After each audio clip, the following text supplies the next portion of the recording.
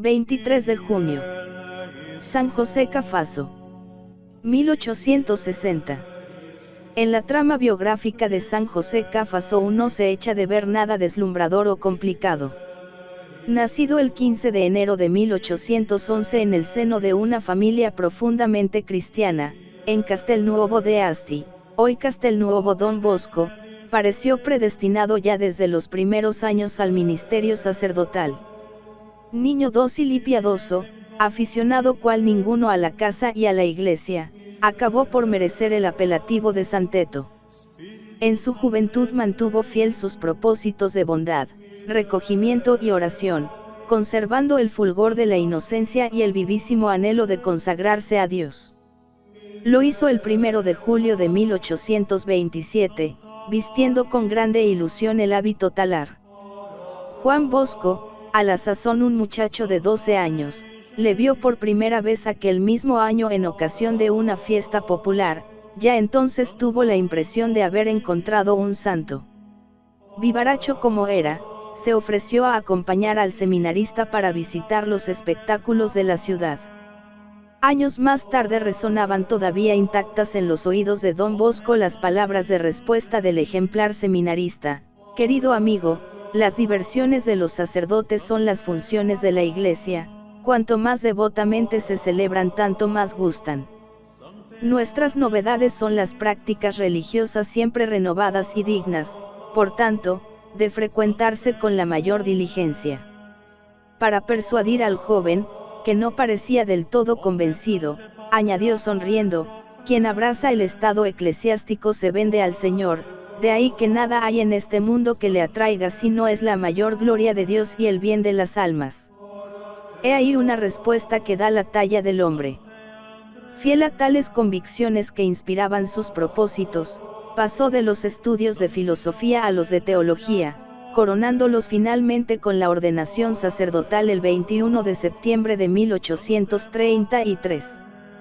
Ya sacerdote, rehusando ofertas tentadoras de diversos párrocos que se lo disputaban, no satisfecho de su formación espiritual y teológica, y libre, por otra parte, de preocupaciones económicas, prefirió continuar su preparación pastoral en el convento eclesiástico de San Francisco de Asís, de Turín, fundado precisamente para esos fines el año 1817, gracias al interés y acción coordinada de dos figuras altamente representativas en el clero piamontés de aquel entonces, el siervo de Dios Pío Brunone Lanteri y el teólogo Luis María Fortunato Guala, que ocupaba a la sazón el cargo de rector.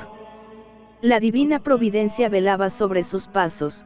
Aquel convento escogido por Cafaso como palestra de perfeccionamiento sacerdotal acabaría por ser su campo de apostolado más fecundo y el centro de su delicadísima misión hasta el fin de sus días.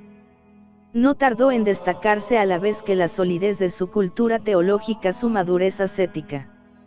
Por lo que muy pronto ocupó allí mismo la cátedra de maestro, primero como auxiliar, luego como suplente del teólogo Guala en sus clases, sobre todo de teología moral, y, finalmente, sucediéndole en su cargo de rector a su muerte, acaecida en 1848. Esta tarea de perfeccionamiento y renovación del joven clero piamontés constituye el más alto timbre de gloria de nuestro santo. Labor nada fácil, resentíase aún la vida religiosa del Piamonte, en medida no despreciable, del influjo de una situación madura en la segunda mitad del siglo XVIII y cristalizada en una práctica severa en plano pastoral y sacramental, que no excluía la inspiración de corrientes jansenistas del tiempo. Dejábanse sentir a la vez tendencias regalistas de volumen no despreciable. En uno y otro campo batalló victorioso San José Cafaso en su empresa de renovación, siguiendo las huellas de sus predecesores Lanteri y Guala, a la luz de la doctrina de San Alfonso María de Ligorio. Sintetizan con exactitud y autoridad la postura de nuestro santo las apreciaciones de su santidad Pío XI en ocasión del decreto de tuto para la beatificación de Cafaso el 1 de noviembre de 1924. Bien presto logró Cafaso sentar plaza de maestro en las filas del joven clero, inflamado de caridad y radiante de sanísimas ideas, dispuesto a oponer a los males del tiempo los oportunos remedios. Contra el jansenismo alzaba un espíritu de suave confianza en la divina bondad, frente al rigorismo colocaba una actitud de justa facilidad y bondad paterna en el ejercicio del ministerio, desbancaba, en fin, el regalismo, con una dignidad soberana y una conciencia respetuosa para con las leyes justas y las autoridades legítimas, sin claudicar jamás, antes bien dominada y conducida por la perfecta observancia de los derechos de Dios y de las almas, por la devoción inviolable a la Santa Sede y al Pontífice Supremo y por el amor filial a la Santa Madre Iglesia.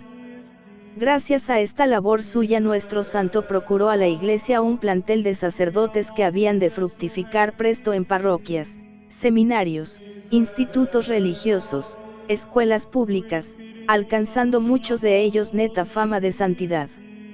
Brilla con fulgores vivísimos la figura de San Juan Bosco, con quien Cafasou fue pródigo en extremo, pues a lo que ofrecía a los demás añadió su consejo iluminado, su palabra de aliento, su óbolo material incluso en los momentos críticos de la fundación de su obra prodigiosa. Pero la misión apostólica y sacerdotal de nuestro santo no se agotaba en el recinto del convento ni en la educación del clero. Desde su morada, su actividad benéfica inspirada en un ardentísimo celo por las almas, se irradiaba en todo el ambiente circundante. San Juan Bosco destaca en la biografía de su maestro varias facetas de su múltiple actividad: padre de los pobres, consejero de los vacilantes, consolador de los enfermos, auxilio de los agonizantes, alivio de los encarcelados, salud de los condenados a muerte. Dos calificativos merecen subrayarse entre ellos. No había cárcel en Turín cerrada a la caridad del santo. Amaba a los desgraciados allí recluidos y no acertaba a dejar aquellos lugares en que se le antojaba ver sufrir a Cristo más que en ningún otro. Los condenados a muerte, en particular, le requerían para tenerlo a su lado como ángel de consuelo en el momento del suplicio. Dios premió su efusión de caridad sincera, a pesar de que entre los 68 condenados a pena capital, que a lo largo de más de 20 años hubo de asistir, encontrara auténticos monstruos de maldad, no hubo uno solo que resistiera a la gracia, todos se convirtieron, llegando en más de una ocasión a signos inequívocos de extraordinario arrepentimiento. Conocido ese misterioso influjo que ejercía para con esos pobrecitos condenados, fue muy solicitado en varias ciudades del Piamonte en ocasiones análogas. De ahí el mote popular con que se le conocía de padre de las horcas. No deja de ser un título de gloria para quien había logrado convertir un horrible instrumento de muerte en auténtico medio de salvación y de vida eterna. Consejero de los inciertos lo apellida Don Bosco, otros prefieren calificarlo oráculo del laicado y del clero. Efectivamente, de todos los rincones del Piamonte corrían a él gentes de toda clase y condición, ansiosos de su consulta y su consejo. Seglares y clérigos, incluso prelados y obispos, doctos e ignorantes, abogados, militares, nobles y plebeyos, católicos fervientes, fríos en piedad y aún alejados de la práctica religiosa, todos le hacían compañía en la calle, le consultaban en su cuarto de estudio, se le acercaban en la iglesia en largas e interminables horas de confesonario. No rechazaba jamás a ninguno. Aunque extenuado de tanta fatiga y cargado de preocupaciones gravísimas, sabía tratar a todos con idéntica cordialidad. Y todos tenían la persuasión de recibir de sus labios una palabra que, limpia de toda pasión humana, traía consigo el sello inequívoco de la verdad divina, admirablemente ajustada a las necesidades de cada cual. El maestro, el consejero, el confesor, el predicador dejaba a las claras en el ejercicio de su ministerio las líneas maestras de su espiritualidad. Se la ve práctico pastoral, sencilla y discreta, enraizada en los más sólidos y genuinos filones de la espiritualidad católica de todos los tiempos y, en particular de San Ignacio, de San Francisco de Sales, y de San Alfonso María de Ligorio. Sin cejar jamás en la atención a metas ideales, pues sencillez para él no significa pobreza y menos aún raquitismo de vida interior. Nuestro santo se preocupaba ante todo de asegurar a las almas lo estrictamente indispensable, es decir, el desarrollo completo de la vida cristiana, acentuando con trazos muy vivos el fin de esta vida, el valor del tiempo, la salvación del alma, la lucha contra el pecado, la necesidad de la gracia, las verdades eternas, el despego del mundo, la frecuencia de los sacramentos. Pero todo ello en un clima de bondad, de sano optimismo, de insinuante moderación. Se explica así que recalcara la facilidad de obtener la perfección a través de la práctica de las cosas pequeñas, puesta al alcance de la mano de todo el mundo, que hiciera resaltar la belleza de la religión, concebida como un ejercicio de amor hacia un Dios de bondad y de misericordia infinitas, y que, sin descuidar las verdades esenciales, pusiera el acento sobre todo en las más agradables y atrayentes y que, por ser tales, son capaces de engendrar una serena expansión del espíritu hacia su Dios. La piedad, revestida de formas simpáticas, resultaba agradable y, a su escuela, pasaba a ser una fuente perenne de alegría cristiana. Tendía directamente a la unión con Dios. Esquivaba el peligro de aquelosarse en prácticas y gestos exteriores, para insistir en la urgencia de cumplir con exactitud el propio deber entendido como servicio de Dios que ha de realizarse con intención de agradarle y procurarle mayor gloria. La misma mortificación, dirigida preferentemente al interior, más bien que al aspecto corporal, tiende a destacar la dimensión positiva que encierra la renuncia, su aspecto más amable, en cuanto que se la enfoca como liberación del amor y unificación más completa con Dios. Sonó para Cafa Soul la hora suprema el 23 de junio de 1860, sin haber alcanzado los 50 años, pero agotado por un incesante trabajo apostólico cuyo motor fueron los que él llamara sus tres amores, Jesús sacramentado, María Santísima y el Papa. Fue realidad gozosa para él un presentimiento suyo consignado en su testamento espiritual.